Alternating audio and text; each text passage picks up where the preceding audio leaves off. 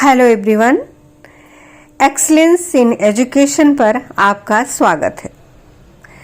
अभी तक अगर आपने एक्सीलेंस इन एजुकेशन को सब्सक्राइब नहीं किया है तो प्लीज़ सब्सक्राइब कर लें और साथ ही बेल आइकन प्रेस कर दें, जिससे आने वाले वीडियो की नोटिफिकेशन मिलती रहे और वीडियो को अंत तक ज़रूर देखें। एक्सीलेंस इन एजुकेशन पर आपको बहुत ही ज्ञानवर्धक वीडियो मिलेंगे जो कि बहुत रोचक तरीके से बनाए गए हैं।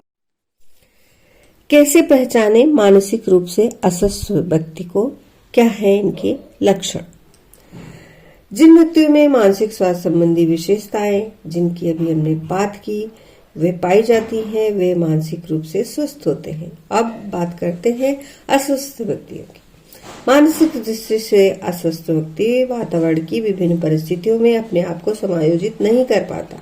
उसमें संवेगात्मक अस्थिरता, आत्मविश्वास की कमी, मानसिक उलझने, निराशा, व्यक्तित्व संबंधी अव्यवस्था और असामान्यताएं पाई जाती हैं। संक्षेप में हम कह सकते हैं कि मानसिक अस्वस्थता वह दशा है जिसमें जीवन की आवश्यकताओं को संतुष्ट करने में व्यक्ति अपने को असमर्थ पाता है और संवेगात्मक असंतुलन का शिकार हो जाता है। मानसिक अस्वस्थता विभिन्न प्रकार के मानसिक विकारों में दिखाई देती है। जिस प्रकार शारीरिक स्वास्थ्य के बिगड़ जाने से अनेक प्रकार की व्याधियां या रोग उत्पन्न हो जाते हैं, उसी प्रकार जब व्यक्ति वातावरण के साथ भलीभांति समायोजित नहीं कर पाता, उसकी इच्छाओं, प्रवृत्तियों और क्षमताओं तथा रुचियों में सामंजस्य या एकता नहीं उत्पन्न हो पाती और इसके परिणाम स्वरूप जब व्यक्ति का व्यवहार असामाजिक, असंतुलित और दोषपूर्ण हो जाता है, तब उस व्यक्ति में विभिन्न प्रकार के मानसिक विकार उत्पन्न हो जाते हैं, जैसे भग्नाशा, तनाव, संघर्ष, भावना ग्रंथियां आदि। यहाँ पर मानसिक विकारों पर संक्षेप में विचार करते हैं। भग्नाशा यानी फ्रस्ट्रेशन। भग्नाशा का तात्पर्य है उस तीव्र अनुभूति से जो व्यक्ति के असफल होने पर या असंतोष मिलने पर होती है। फ्रस्ट्रेशन किसी इच्छा या आवश्यकता में बाधा पड़ने से उत्पन्न होने वाला संवेगात्मक तनाव है। जब व्यक्ति की आवश्यकताओं और इच्छाओं की पूर्ति में अवरोध उत्पन्न होता है, जिसके कारण वह उस लक्ष्य तक नहीं पहुंच पाता, तब उसे दुख होता है, उसे निराशा होती है और जिसे मनोवैज्ञानिक भाषा में, क्लिष्ट हिंदी में भग्नाशा कहते हैं। अत्यधिक महत्वाकांक्षी होने के कारण व्यक्ति कभी कभी भग्नाशा का शिकार हो जाते हैं, क्योंकि हर महत्वाकांक्षा हर किसी की नहीं पूरी हो सकती।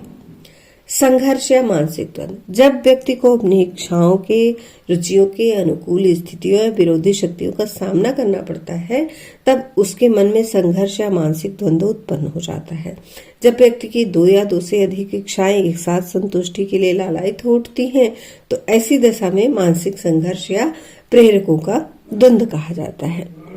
उदाहरण के लिए एक विद्यार्थी जिसकी इंटर फाइनल बोर्ड की परीक्षा जिस सप्ताह में आरंभ होने वाली है, उसी सप्ताह में उसे नौकरी के लिए उपस्थित होने का नियुक्ति पत्र मिल रहा है। ऐसी स्थिति में उसे परीक्षा से भी मोह होता है, नौकरी से भी। परिणाम यह होता है कि उसके मन में एक प्रकार की उथल पुथल मच जाती है कि वह क्या करे क्या ना करे। यह निर्णय करने में वह परेशानी अनुभव करता है। इस प्रकार की मानसिक स्थिति को मानसिक द्वंद्व या मानसिक संघर्ष कहते हैं। संघर्ष के कारण व्यक्ति कंफ्यूज हो जाता है, उसे अनिद्रा, जिसे इंसोमिया कहते हैं, उदासी, थकावट आदि का अनुभव होता है। तनाव यानी टेंशन, अनावश्यक टेंशन का शिकार। भग्नाशा और मानसिक द्वंद्व के परिणाम स्वरूप व्यक्ति में तनाव उत्पन्न होता है। गेट्स कहता है, तनाव असंतुलन की दशा है जो प्राणी को अपनी उत्तेजित दशा का अंत करने के लिए कोई कार्य करने के लिए प्रेरित करती है। तनाव व्यक्ति में उत्तेजना और असंतुलन पैदा करता है, जिसके कारण कि वह परिस्थितियों का सामना करने के लिए क्रियाशील होता है। तनाव के कारण मानसिक शक्तियों का अपव्यय होता है और व्यक्ति का व्यवहार असाधारण हो जाता है। कभी कभी तनाव के कारण मानसिक उन्माद तथा मनोदौर्बल्य आदि विकार उत्पन्न होते हैं। भावना ग्रंथियां यानी कॉम्प्लेक्सेस। जब व्यक्ति सामाजिक नियमों तथा बंधनों के कारण स्वतंत्र रूप से आत्मा व्यक्ति नहीं कर पाता और उसे अपनी इच्छाओं का अनिश्चित रूप से दमन करना पड़ता है, तब उसके अंदर अनेक प्रकार की भावना ग्रंथियों का निर्माण होता है, जिसके कारण उसका व्यवहार असाधारण हो जाता है। ये भावना ग्रंथियां प्रत्यक्ष या अप्रत्यक्ष रूप से मानसिक स्वास्थ्य को प्रभावित करती हैं। चिंता को भी एक प्रकार का मानसिक विकार कहा जाता है।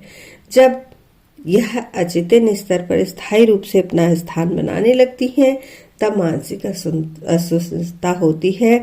व्यक्ति अनायास ही किसी न किसी चिंता में पड़ा रहता है, जबकि उसे कोई समस्या नहीं होती, लेकिन वह अनावश्यक चिंताओं से घिरा रहता है।